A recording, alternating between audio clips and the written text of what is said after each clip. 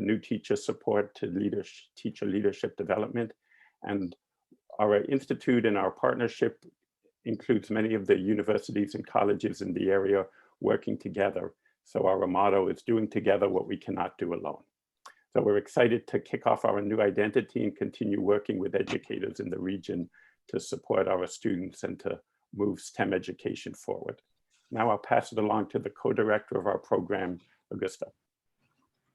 Good morning, everyone. My name is Augusto Macalalek, and I'm Associate Professor of STEM Education at Arcadia University.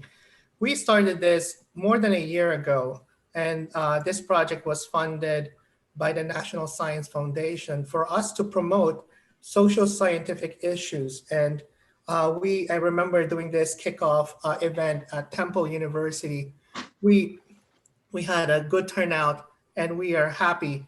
We were very happy that you joined us. And as you know, from that year, we learned a lot about social scientific issues, which we're also going to learn more from the teachers who will be sharing their workshops and their reflections today. For those for the first time who are joining us, social scientific issues are research-based, interdisciplinary STEM education work that makes real-world connection for our students, making it relevant to students' lives. So for instance, we had workshops about the sugar tax in Philadelphia, and today we're gonna have more issues to think about that are relevant to students in Philadelphia. As you may recall, the program activities that we did, that was in 2019, October, integrating STEM in everyday life. That was at Temple. And then after that, we had at St. Joe's in November, in February, and then all of the March and the September were done online because of the COVID. But all of those workshops, if you may recall, we did have some workshops about multiple perspectives, and then we allowed you to work on your lesson planning. And then throughout the year, we had coaches. Thank you for our coaches to help you make your STEM lessons. And these are the program outcomes. Teacher expressed increased intention in incorporating social scientific issues and education for sustainability using the 5E model. These are our research findings thus far. Teachers showed positive changes in various components of SSI, particularly in identifying the issues, scientific phenomenon, and incorporating multiple perspectives. Teachers focus more, and this is what we saw in the lesson plans. The focus has been more in social aspects and less more on scientific aspects. And we need to work on reflective nature of SSI. But I think at this point, we accomplished a lot, given the pandemic, given our limitations in technology, or, I think we showed that the project did work. These are the publication documents that we have. If you're interested, please contact me, and I'll be happy to share the publications with you with our research findings. Is Dr. Kahn here? Yes, I am. Hello. Hi, good morning. Good morning. Bonnie, before I introduce Dr. Kahn, do you have anything to say? You're muted. Do we want to put the slide up for the agenda, not the agenda, the workshop? Should be.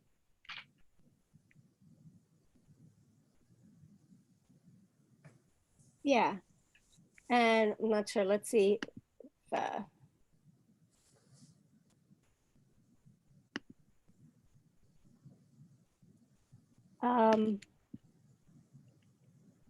you want, well, let's do that after Dr. Kahn. Go ahead. All right, so right now I'm going to introduce Dr. Kahn, who is our guest for today. And let me share my screen again. Sorry about that. So I have one of her books. I don't know if you can see it because of my screen. Not showing. All right, but anyway, I have your books. It's called The Debatable. Um, Dr. Sami Kahn is 30-year plus veteran science educator and extensive experience in classroom teaching, professional development, and curriculum development. She is proud to share that she has taught science to students in almost every grade level from kindergarten through college. Dr. Kahn currently serves as an executive director of the Council of Science and Technology at Princeton University, where she works to promote science literacy for all through STEM education, research, course development, and outreach. And by the way, Bonnie will be selecting through a raffle, is it 20 books? 10 books for this session, and then 10 books if you stay for the unconference. And those books are going to be signed by Dr. Sami Kahn. So you're going to have a signed book if you stay with us, and we're going to encourage you to stay with us right now and then unconference.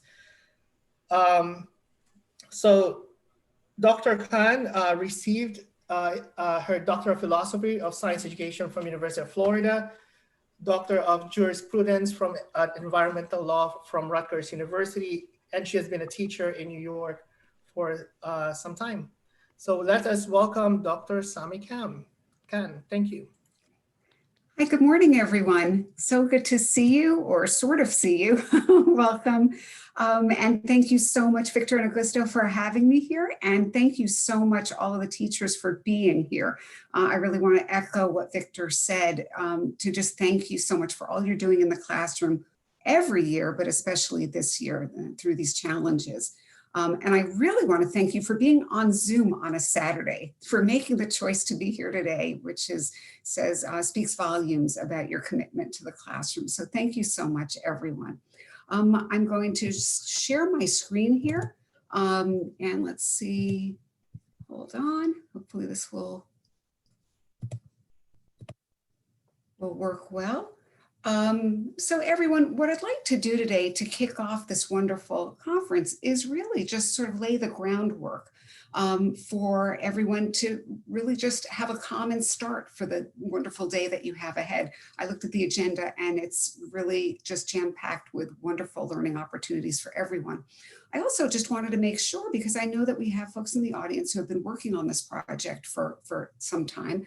You're veterans at Socioscientific Issues, you know what you're doing. So I hope that maybe you'll find something of interest that I can share, or perhaps maybe a little inspiration, but also to have some common groundwork for those of you who are new to the Socioscientific Issues framework, so that we're all sort of starting in a common place. So to get us started, what I'd like to do is start with a quiz. Oh, I know you get that sense that your students have in the classroom, that moment of anxiety, but this is a fun quiz. So what I'd like to do is I'm going to show you 6 pictures, and I'd like you to tell me what is the connection between the pictures.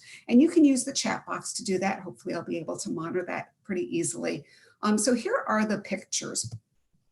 The case against fluoride, fraccidence map about fracking, vaping, and is vaping safe? Top 10 genetically modified foods. And I know that there's some teachers in the audience today who are experts at this. I know they're going to be presenting on GMOs later today. Vaccines, get the full story. And drone laws in Pennsylvania. So I wonder if we just take a moment, you can use the chat box. Just think about what's the connection between these different items that I've shared with you.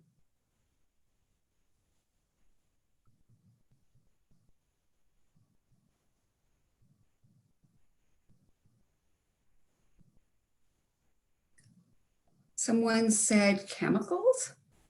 All of them affect our students. Issues that have a lot of misinformation.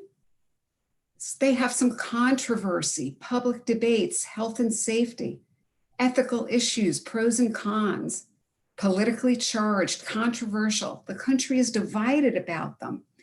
So I'd like to just take a moment and dig a little bit more deeply. I'm seeing a lot of people talk about controversies, that word controversies. What makes these controversial? What's the origin? Where does that controversy come from? because I'd agree with you that these are quite controversial issues, but what's the source of the controversy? I see some people saying political, economic, bad science, mistrust, few solutions, effects on kids, right? Social media, interesting. All right, fear, wonderful. So emotional, right? And many of them affect health and safety, right? Something that's impactful for everyone. And so I'm going to agree with you that these are controversial issues. And of course, we know I'm speaking on SSI or socioscientific issues today. So it's a pretty fair guess that we could consider these socioscientific issues. I've put a couple of others up there, you know, should we have a tax on fat, or should we ban fur? What are the health risks of smartphones? The way that I think about socioscientific issues is that they are complex and often controversial societal issues related to science, but not necessarily answered by science. And for me, that's where a lot of the controversy begins from. So if we think about the fact that if I ask you, at what temperature does water boil? Well, you could give me a pretty straightforward answer. You'd say, well, under certain conditions, it boils at this temperature. Not much controversy in that. It's answered by science. But when we think about these issues, we know that there's other aspects that confound or make more complex these questions. And so they can be negotiated not just by looking at the science, but by also considering other aspects. And many of you touched on those aspects in your responses. Because clearly what makes some of these controversial is they touch on these ethical, moral dilemmas, something that's core to people, right? I read that you were saying this affects kids, affects health and safety, right? Affects our beliefs. These are things that people care about deeply. And of course, we know from research and from our own lives that when you care about something deeply, when people are contrary or pose contrary ideas to those core beliefs, we tend to get more deeply entrenched in our own beliefs. And that's a challenge because it makes it more difficult for people to be open-minded about those opposing opinions or opposing ideas. You all also touched on the fact that many of these are related to politics, could impact religion or be impacted by religious beliefs, economics, personal values, and so on. And again, these are those things that touch people deeply, and that makes it a little more difficult for people to hear opposing ideas. One of the most important things about these types of issues is that they highlight the nature of science. And by that, I mean what it is about science that makes it this unique and wonderful way of knowing about the world.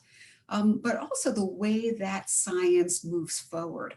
So we all know that science is tentative, right? And you don't have to look any further, obviously, than our pandemic to say, well, we knew what we knew about coronavirus in February, and obviously we know a lot more now. The knowledge that we had in February is different than what we have now. And because of that, perhaps some of the advice that we were given in February might be different than the advice we hear today. For some people in the public, that idea that science changes and that advice changes makes people throw up their hands and say, well, why should I believe science if it's always changing?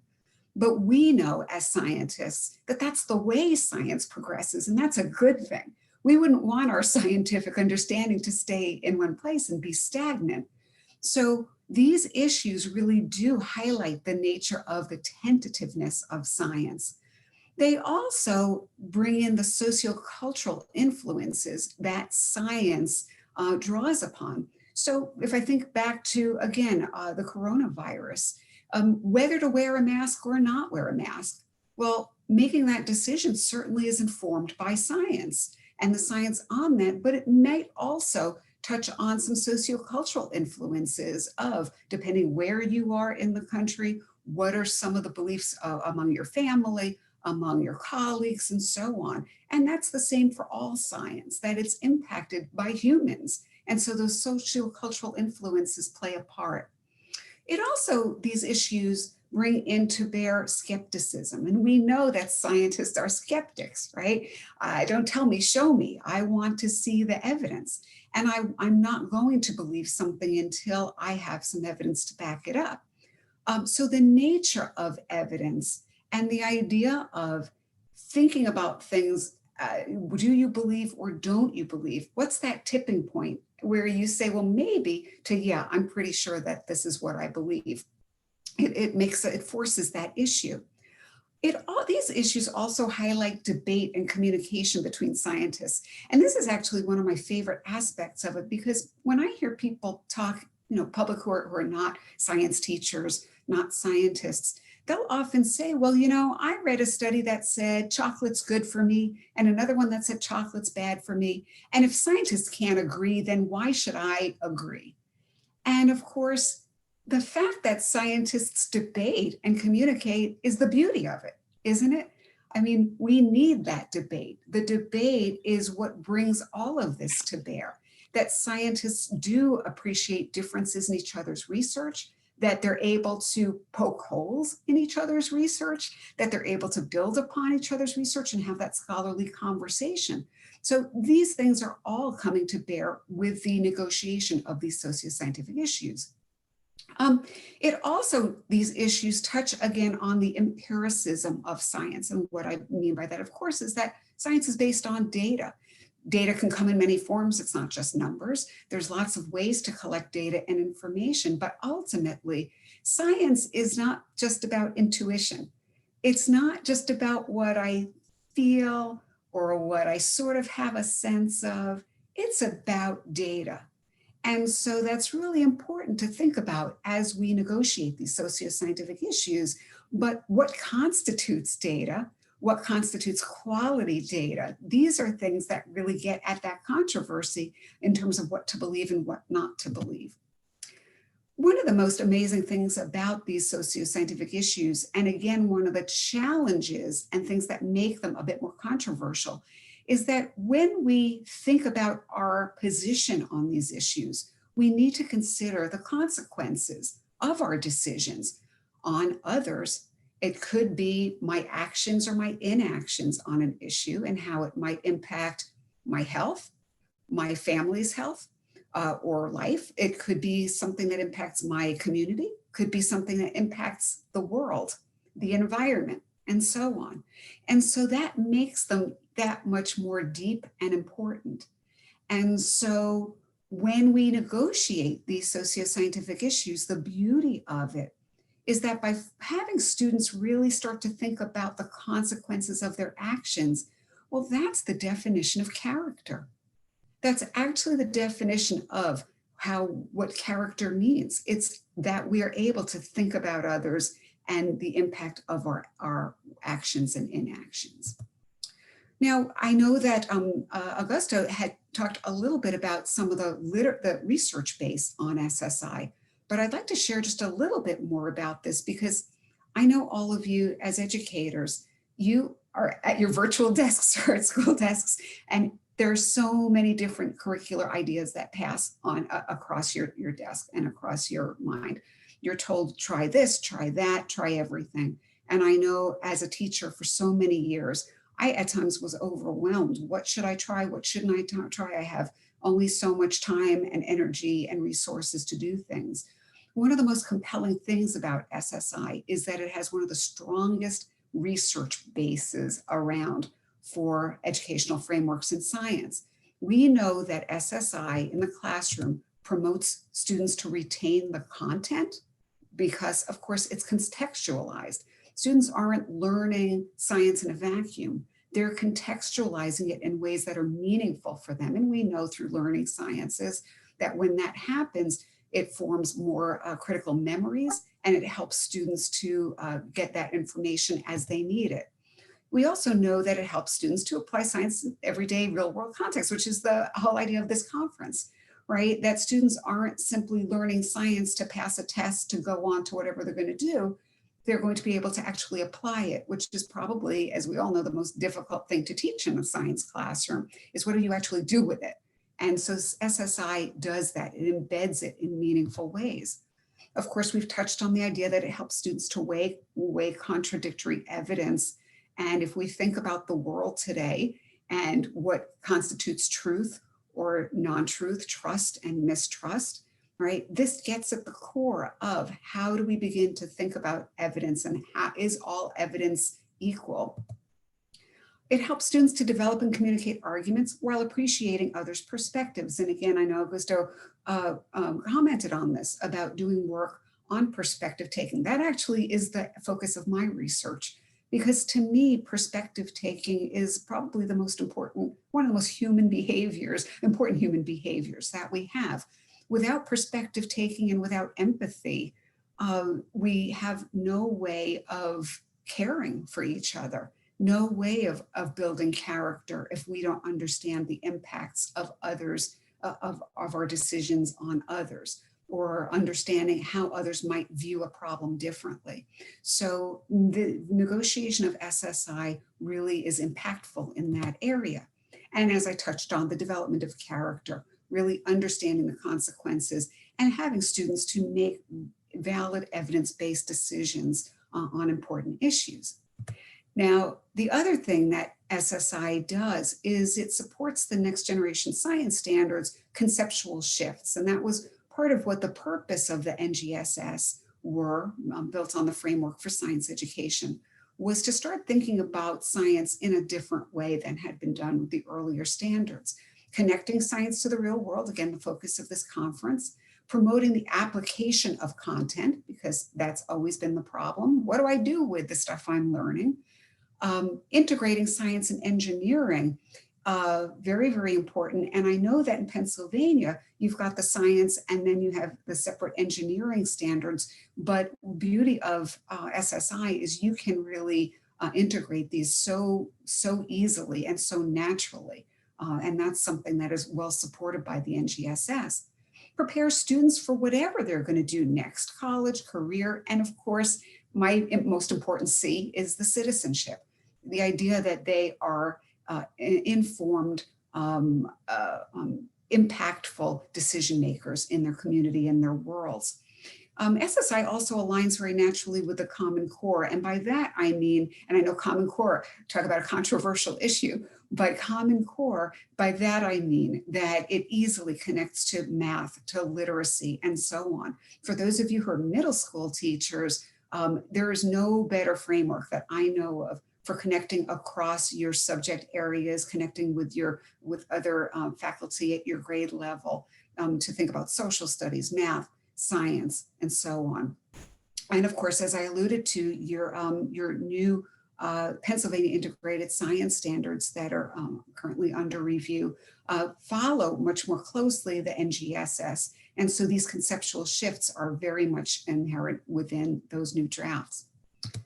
So, okay, here's what I love to do. I don't know if any of you ever do this, but I kind of make up little games in my mind when I'm just trying to think about how to conceptualize curriculum. And so one of the games that I always play in my head when I'm thinking about SSI, any of you remember Where's Waldo? That game where you would search for the little guy with the ski cap within those big pictures? Well, I play sort of a Where's Waldo with SSI, but I call it Where's the Science? Where's the Ethics? So anytime I come across a controversial or any sort of public interest issue that touches on science, I ask myself, where's the science? Where's the ethics? And so just as an example, bicycle helmet laws, right? Should you have bicycle helmet laws? Should they apply to everyone, children, adults, so on? I don't know if any of you know the bicycle helmet laws in Pennsylvania, if you know what age that you need to wear bicycle helmets in Pennsylvania. Anybody up on that? Because I am, because now I've studied it, getting prepared for today. The age is 12. So in Pennsylvania, 12-year-olds and under are supposed to wear bicycle helmets and above not. In New Jersey, where I am, it's 17. Different states, different municipalities around the United States have different bicycle laws. So we think about science content of that issue. The question is, right, we are definitely going to be thinking about laws of motion, understanding what is the impact, literally and figuratively, of motion and potential crashes. Properties of materials, perhaps, understanding what do helmets actually do and what's the quality of different helmets, how do they work? Design, engineering design of how does a helmet work? human anatomy, of course, why do we bother covering our heads and not our I don't know, our feet? Although we do cover our feet, I suppose, but why do we wear helmets on our heads? What's the importance of that to human anatomy? The ethical dilemma, though, what is it that makes it controversial? And if you think about that for a moment, we're talking about things like government regulation, right? Whose business is it whether I wear a helmet or not? Why should government be able to make that decision? Individual and parental rights, that's always a big controversy. Who's going to make the decision for my child? As a parent, shouldn't I be making that decision and not some outsider or outside entity that doesn't even know my child? And really importantly, the costs to society, right? This is something that I know students always say to me, well, who cares if I wear a helmet or I wear seatbelts or I do whatever? You know, if I make the choice to die or be risky or whatever it is, why does that matter to anybody else? But of course, there are costs to society. And so understanding that and what the negotiation of that matters. Another issue, of course, very big right now, I happen to have a picture there of an MMR vaccine, which was quite a controversial issue and continues to be a controversial issue. And I know somebody had put in the chat before bad science. And of course, those of you who are familiar with the controversy surrounding the MMR vaccine, much of that stems from a study that many years ago had shown a relationship between the MMR and autism. But that study was later retracted, but the controversy around it remains. And so many people then generalized from the MMR to vaccines in general. Science of vaccines, of course, we know anatomy and physiology, immune system. But again, we get into these heavy duty ethical dilemmas, things like parental rights, right? Should I be able to say no, that I don't want a vaccine because I'm concerned about my child's health? One way or the other on that issue. Religious freedom. Should I be able to say no vaccines based on my religious beliefs? And what does that do to others potentially in my community? Economic impacts, right? There's big money in vaccines. So what is the impact of having a vaccine for everything, right? Versus things that perhaps maybe some people question. Do we need vaccines for everything that's out there? And I didn't have it in this PowerPoint, but I would add politics as well, obviously, in this political beliefs. Looking right now at how polarized people seem to be on relating vaccination and other aspects dealing with this pandemic, very closely aligned in many ways with political beliefs as well.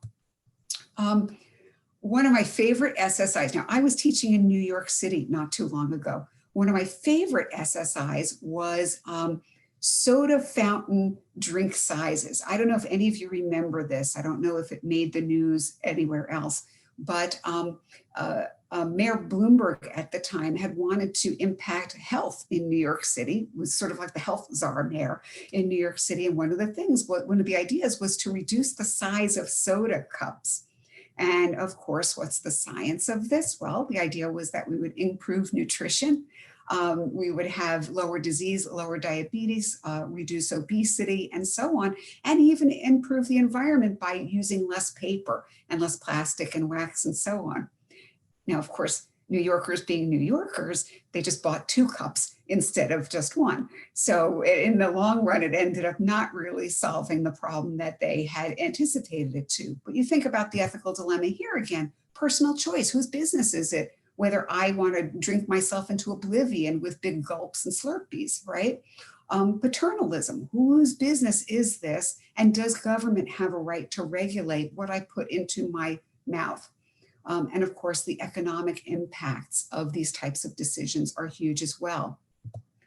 What I thought might be helpful, and I know many of you, as I said, I know you're experts already in how to frame an SSI, but I was looking at the framework that Victor and Augusta had given to you using that 5E framework and thinking about how to actually put an SSI lesson together. And I thought it might just be useful for me to share how I might think about an SSI lesson.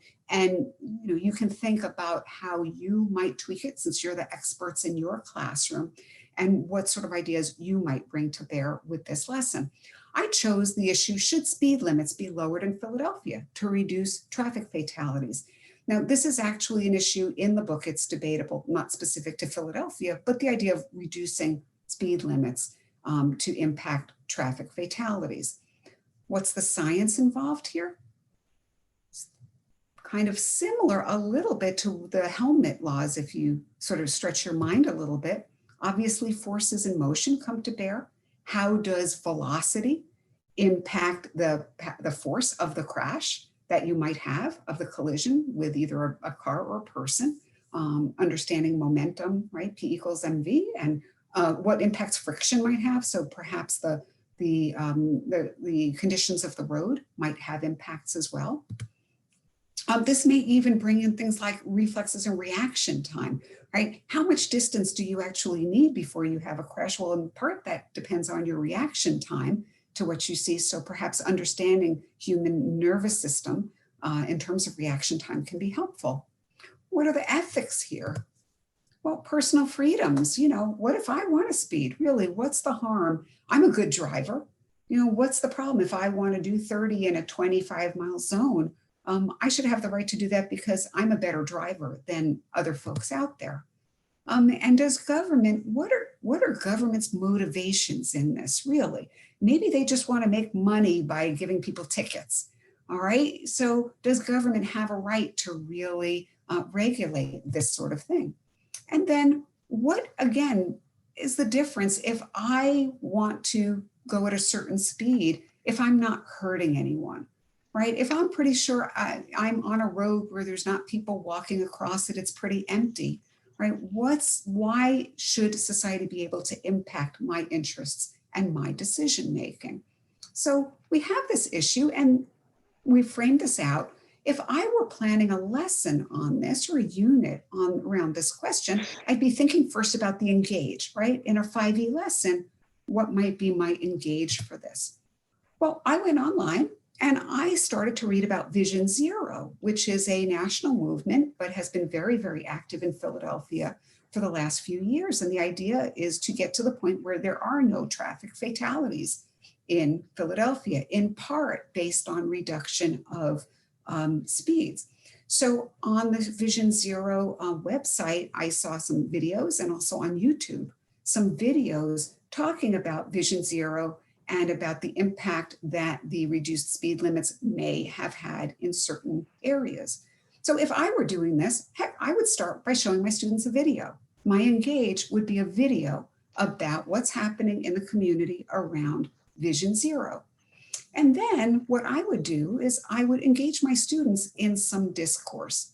And one of the things that I like to use in their actual physical classroom, and we can talk later about ways of doing this virtually, but I love to use argument lines. And I don't know, I'm sure many of you have used this, but it's one of my favorite ways of encouraging students from all grades, right through college, to get up out of their seats and start to think about their opinions and their ideas on issues. So what I do is I take a piece of masking tape and I put it across the center of my room. And depending on how you want to frame the question, you either might want students to make a bright line decision, either yes or no, or you might want them to be somewhere on a spectrum.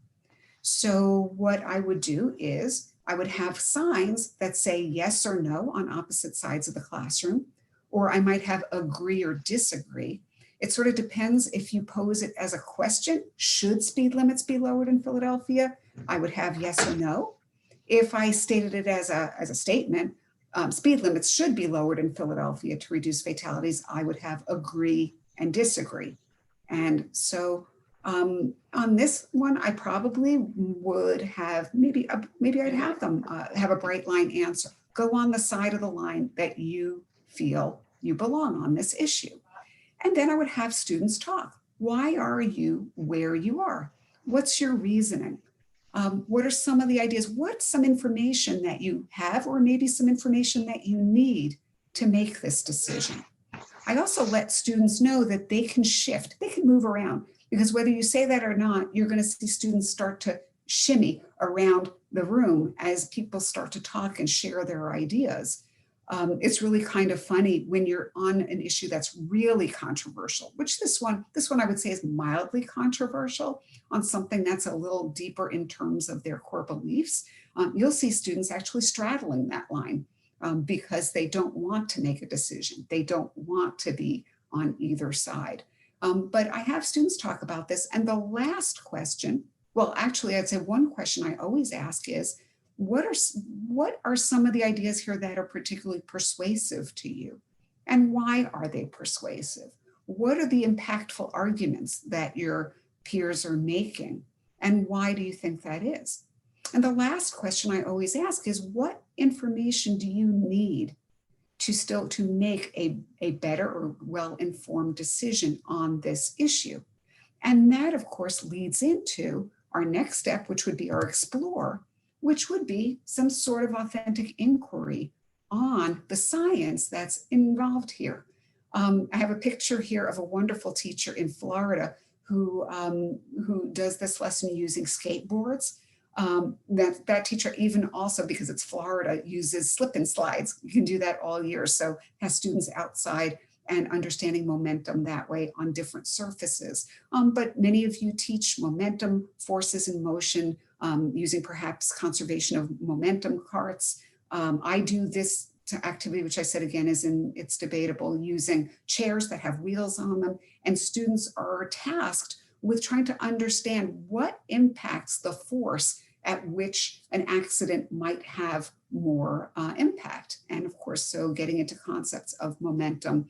The other aspect of this lesson is to start thinking about how does reaction time and perhaps distraction impact people's ability to react to something that they might see if they were driving, and be able to react to it. So you can do that sort of the old-fashioned way with something like the ruler drop test, where students drop rulers and see how quickly they're able to catch it, what the distance on the ruler is, the drop distance. You can have them then try to distract each other and see that distraction impacts their ability to react quickly. And that, of course, influences, if you're listening to the radio or if you're on your phone while you might be driving, or if your parent is driving. And reaction time, obviously, there's a lot of apps today that do that as well. So we would engage in some sort of authentic inquiry. I always then have students design their own experiments. What is an experiment that you'd want to use that is particularly applicable to this question that we've posed? Now, we would then have the explain of a 5E, which would be students sharing their information, their data, challenging each other's data, questioning each other in terms of how they came to their conclusions, seeing what some of the differences in our sort of a statistical analysis, if you will, looking at what are the differences among our findings, to what can we attribute that, and so on. And then leading us to, well, we know now some fundamentals of the science. What about this specific issue of Philadelphia and speed limits, which then leads us to our extend or elaborate. And for that, I would think about something like a Philadelphia town hall debate. And when we talk about controversies in SSI, I know a lot of people think debate is the way to do that. There's so many ways of having students share their ideas that have nothing to do, that are not debates, and we'll talk a little bit more about that later. But just to frame this in a way that makes sense with this issue, you might think, let's have a debate about this. Who might be stakeholders in such a debate? Could be people like truck drivers who might want to get somewhere quickly. And so reducing the speeds might be something that they wouldn't be too happy about. Commuters as well, who are rushing to get to work, who might not be happy about reduced speeds. But business leaders who perhaps like slower speed limits, keeps people seeing stores and shops and keeps people safe, and so on. Even environmentalists are quite involved in this because speed impacts the fuel efficiency of cars. So there's actually an environmental slant to this as well. And so what I would do is have students then researching, challenge them to the fact that we're going to have a debate, that there are various stakeholders, and that they are to do some research, internet research, news research, and so on, to get at the crux of what the answer to this, should the speed limits be reduced to 15 miles per hour in Philadelphia. Some key questions that come out of this research are, how does the speed of vehicles impact fatalities?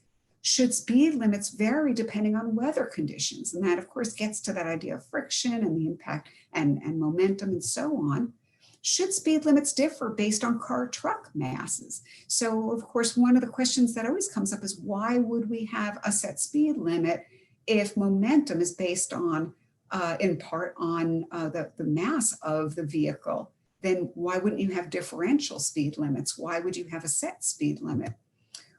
Should speed limits differ based on individual reaction times? This always has come up in my classes, and it's an awesome one. I've had students propose, just like there are cars now that you have to pass a breathalyzer to drive, having sort of a reaction time test, that before your ignition can turn over, you would have to show that you have a pretty reasonable reaction time so that you'd be a safe driver and be able to avoid accidents depending on whatever speed you might be at. And of course, I reference the idea of fuel economy because this is an issue in terms of environmental factors and having cars be spending more time in neighborhoods and so on, and air quality as well. In a type of town hall meeting like this, I would probably have students reading articles.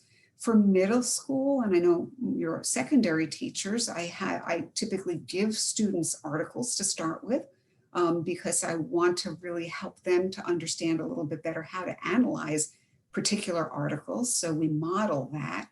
But then I also give the opportunity within parameters, which I'll talk about later, to explore their own articles that they can find and analyze them as well. Identify the key claims and evidence. Give each group certain time for opening statements and then opportunities to refute and bolster their arguments. Ultimately, what I love to do that's really challenging for students, but I think it's important, is to have them to try to negotiate a final answer, if you will. So it's one thing to have a debate. It's another thing to say, well, what are we going to do about this now? You feel this way, we feel this way. Is there some common ground? Is there a way for us to find some common place where we can meet our objectives and address using evidence the answer to this question? At the end of this type of debate, I always like to process, and this is something I've noticed in much of the SSI curriculum that sometimes gets lost. What did you learn about the issue of speed limits? This idea of the metacognition, thinking about thinking and thinking about students' own learning, is very important because they need to be able to generalize what you're doing in a particular lesson to other lessons. So the more that you have them reflecting on what they've learned and how they've learned it, helps them to be able to generalize to other subject areas. Did your original opinion or ideas change, right? That's important because they have to understand what has impacted them. What type of evidence, what types of arguments did make them change their minds? And were they really evidence-based arguments, or was it more of that sort of tugging at the heartstrings arguments, right? Have them really reflect on how they came to their opinions and their ideas. Were you surprised by things? Were you surprised by people's ideas on this and what the group actually came to in their decision? Could we have negotiated different outcomes? And most importantly, what additional evidence do you still need or want? Because ultimately, again, we talked about tentativeness. We talked about the fact that people disagree on the science itself. Do we have all the science? Do we have all the evidence that we need to fully negotiate this argument? One very important thing, so we've had our extend or elaborate. Of course, we need to evaluate. And so if I were doing this, I have a town hall participation sheet that I use that talks about, the article research, and I always have things for students to complete in terms of the research sheets that the articles that they're reading.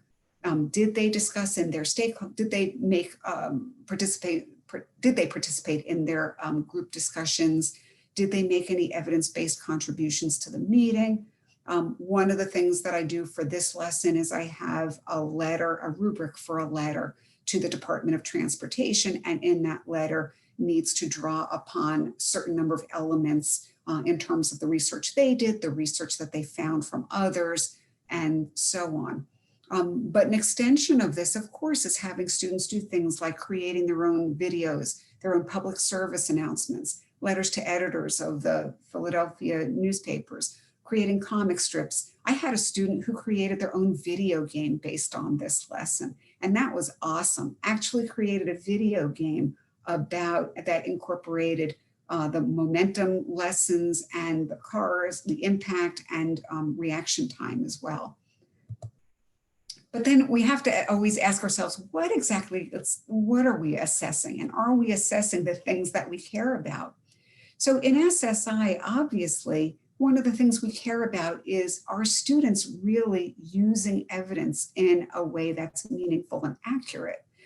Are they understanding the difference between empirical data and an opinion that may be in part based on data, but it may also be primarily intuition? So are they understanding the difference between when somebody says, well, I feel this way or that way, but without being able to back that up with evidence versus being able to make an evidence-based argument? Speaking of that evidence, of course, we have to think about the quality of the evidence that they're using. Do they understand how to evaluate a reliable source? What goes into reliability? Do they understand the difference between, say, a .edu, .org, .com, .biz, things that they might find on the internet? Are they able to assess that in a meaningful way? And I'll share the next slide, we'll get at that a little bit more clearly. What about the quality of the data that they're citing? Is it their own research study? What went into the trustworthiness and the factual basis of that work that they did?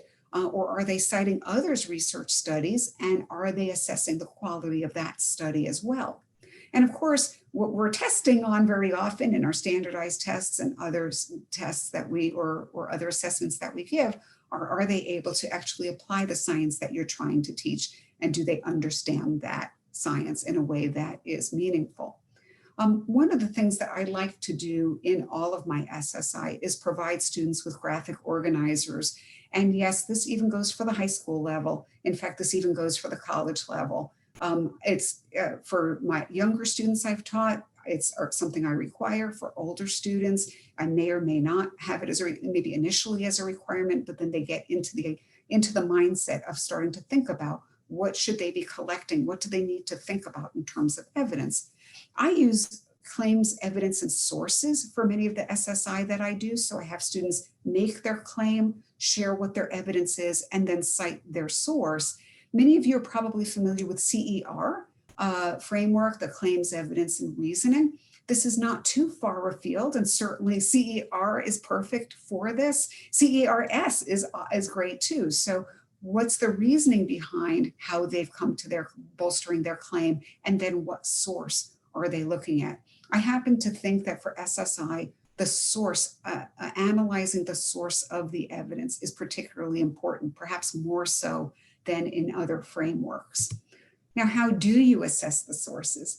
I know that in the framework that Victor and Augusto provided for you, they use some work done by Sadler, who's a colleague of mine in science education, and I completely respect their way of assessing this. I use something very similar, very simple, called the CARS rubric. And the CARS, by the way, has nothing to do with the fact that we're talking about traffic right now or speed limits. It's just the acronym for credibility, accuracy, reasonableness, and support. And it's super easy for students to remember.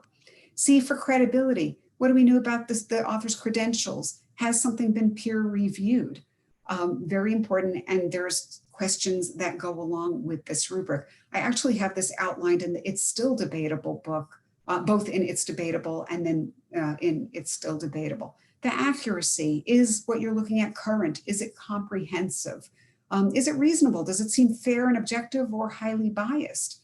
And support. Are the sources that they're using documented? Is the information corroborated anywhere else?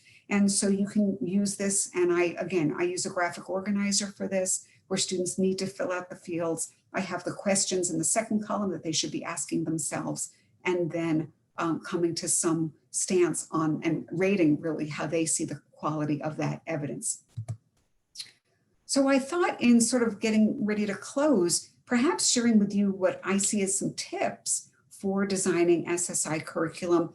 Much of this you may already think about, but some of it may be new to you. Number one, you're so busy. Start with existing curriculum and supplement with SSI. There's no need to reinvent the wheel here. Every single bit of your curriculum, whatever you're teaching now, can connect to a controversial issue. I know that I've had teachers, particularly physics teachers, chemistry teachers, say to me, well, Sami, you know, the SSI, they seem to connect really well to life science, biology, health, environment. I don't see as many connections to physics and chemistry. I know that Victor and Augusto provided for you in their framework a table that came from the It's Debatable book of lists of some suggested SSI topics, and you will find things across the board. You know, should drones be used to deliver Amazon packages? Things like that that get at a lot of physical concepts, things about cell phones and use of cell phones and smartphones. Again, physics concepts, water chemistry. Another of the units in the It's Debatable book is about pharmaceuticals, and should there be pharmaceutical ads on television, which, by the way, the United States is one of the only countries in the world that does have them on television. And as part of that, we synthesize aspirin. We look at the chemical formulas of different pharmaceuticals. So you can connect SSI to any subject area that you're teaching. Look at current issues in the news. Now that seems really straightforward, but I'll tell you where I made mistakes over the years is that I often looked at issues that I'd see in the news and I'd say, well, I'm not teaching that right now, so I'm not going to bother with it. But I learned my lesson, particularly the years that I taught ninth grade biology, and I was doing SSI for such a large part of my curriculum. But at that time in New York City, there was a lot going on in terms of the water in New York. A lot was going on in terms of traffic patterns. I was seeing really exciting articles, but I thought, well, this doesn't connect to what I'm teaching. And then, bam, you know how this works. The next year I was told I was teaching environmental science, and I wish that I had saved the materials from the other subject areas. So look, in these days, it's only taking up a little more space on your laptop. Go ahead and save articles, save information that you have. You might also be surprised to see that certain SSI that you think about in one discipline, you might later on think about as another. When I was in New York, one of the SSIs that came up in the news was the horse-drawn carriages in Central Park. And should they allow horse-drawn carriages in Central Park? Well, I thought of that initially as an animal rights issue. And what I was teaching at the time had nothing to do with animal rights, so I didn't really pay much attention to it. But then a few months later, it dawned on me, but wait a second, that actually has to do with forces in motion, because the concept of animals doing work has to do with work, which has to do with motion and physical forces. So I ended up using that issue to connect with physical science lessons, and of course, connecting animal rights and so on. But it came to me later in terms of what the content area would be. Perhaps one of the most important things I would say is that it is very important to discuss and model respect for diverse opinions. A lot of times we make, and I'll make this generalization, certainly true for me, and I know a lot of my colleagues, we make the assumption that students understand when we say, make sure you're respectful to each other, that you speak respectfully, that you disagree in an agreeable way, right? We think that students understand what we mean by being respectful in these contexts. But in many cases, students have never experienced respectful disagreements. And it doesn't take much research to look at, from the halls of Congress today to social media, to see that there are many disrespectful ways of disagreeing, and students may not actually have models for that. I actually provide students, or I have on, or did have on my classroom wall, sentence starters for debate. And again, some of you teaching at the high school level may say, well, that's a little corny. You know, my high schoolers are not going to want to use sentence starters. That's a little kid thing. But actually, just having those sentence starters of, you know, I appreciate that. I appreciate your point on that. However, you know, these are ways of starting to frame discussions that have big impacts on how that information or that comment is received. And having students create that board itself is also very helpful as well. So making sure that we model these ways of communicating. And of course, again, focus on the evidence, making sure you're helping students to become better digesters and better consumers of credibility, accuracy, reasonableness, and support behind the evidence that they're choosing.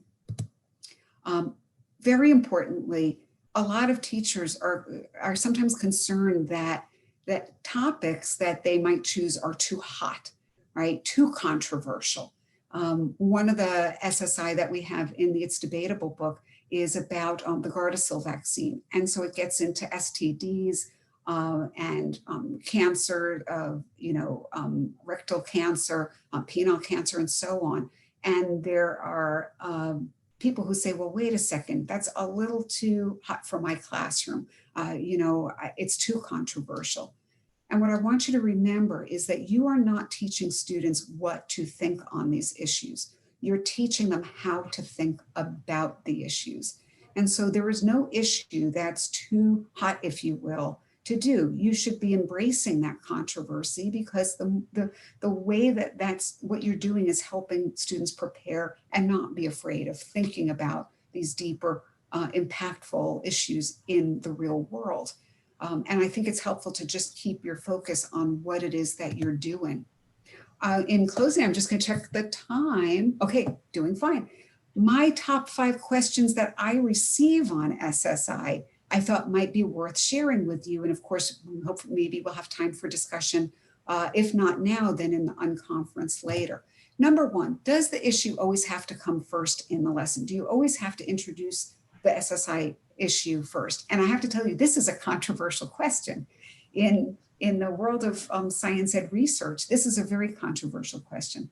I know that in the framework that Victor and Augusto provided you with, again, that's based on Troy Sadler's work, they frame the issue, they say the first step in SSI is to introduce the controversial issue as in a 5E lesson as the engage. And I'll say, yes, that makes a lot of sense a lot of the time. But I would also say from my experience, and again, I've taught students and I've taught almost every grade from kindergarten through college. That's a wide spectrum of background knowledge, a wide spectrum of schema, if you will, what type of schema students are coming into the classroom with. I would say that it sort of depends on the topic itself, what experience students or familiarity students might even have with the language associated with the science that you're teaching. So in some cases, I may actually have the engage of a lesson be some other type of a quick hands-on activity, investigation, a demonstration with young students, a picture book that I might read to get them on some common grounding, to have some common experience and some common language to be able to discuss the topic. Because I have found that if students have no familiarity with the language at times, it can be very difficult to have thoughtful initial debates or initial discussions. So what I sometimes do is I'll have the engage be that initial ice-breaking introduction to the STEM, have the explore be the science activity that I would normally have planned. And then ultimately the extend or elaborate becomes the issue.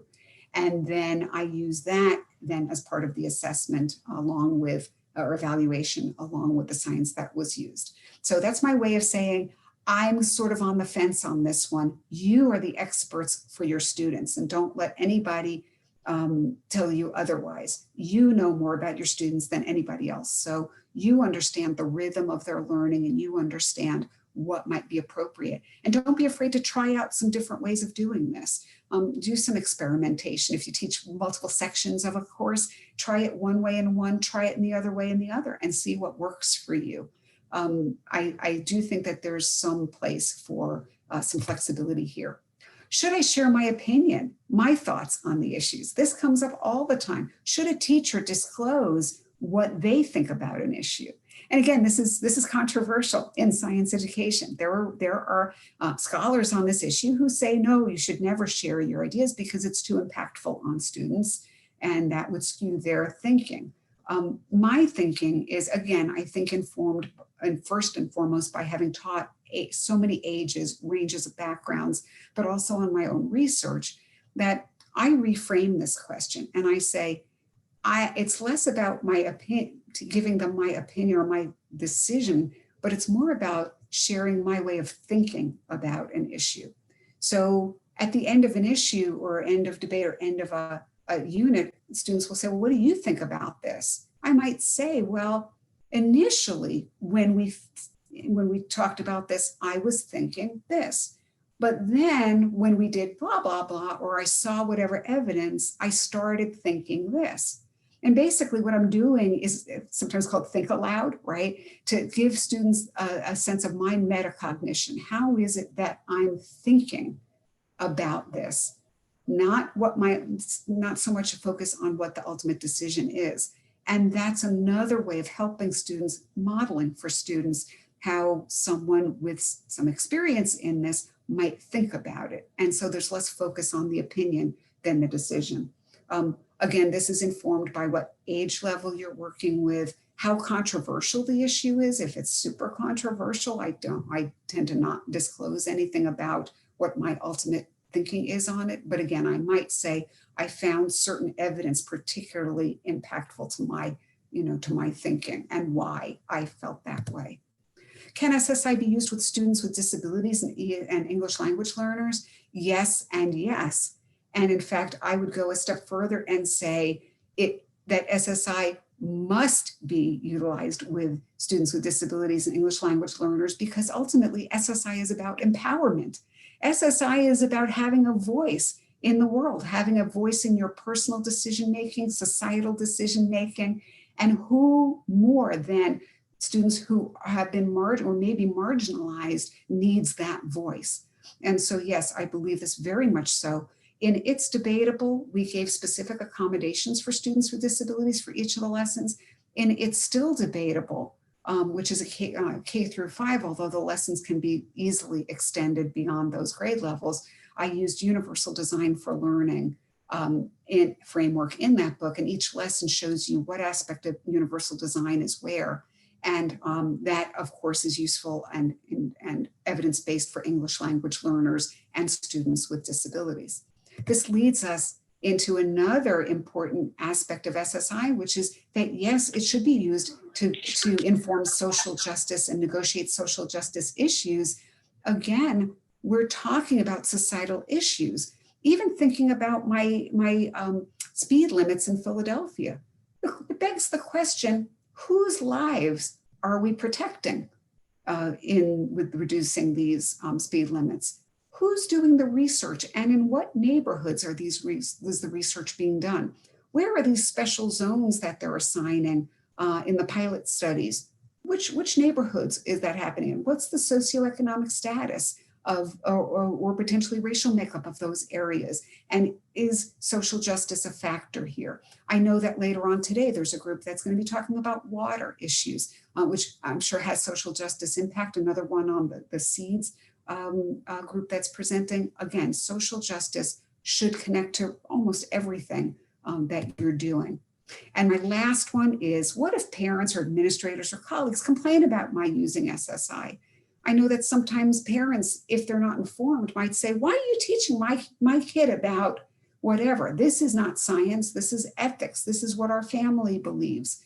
Administrators might walk by your class and say, but what you're doing doesn't look like science. This looks like social studies. What are you doing? Or colleagues may say, you know, students are starting to talk about your course more than they're talking about mine. They seem a lot happier in your class. That's not making me too happy. My answer on this one is being transparent, making sure you communicate with parents in advance, not just what you're doing, but why you're doing it, having some research on this. And I'd be happy to share that with you if you don't have, I know that you've been provided with the framework and some of the research, but if there's particular issues that you're addressing that you'd like some data on, I'd be happy to share that with you. Inviting parents, if they show up for open house or if there's ways to invite them into issues, that's really helpful. Perhaps they have vocations that connect to the issues. It helps garner buy-in from the community. Same thing with administrators, inviting them to come and participate in some of these issues and the negotiations of them helps them to see how you're situating the science. And of course, with colleagues, you never know what your colleagues' expertise is or what their particular interests might be. There may be ways to invite them into this conversation as well. And by doing that, it helps to lower the heat a bit at some of the questions or concerns you might face in your classroom. So on that note, everybody, I'd just like to say thank you. I don't know if we have time for questions, but I'm making a shameless plug here for 2 books that I co-authored. The first one worked quite a bit with Dr. Dana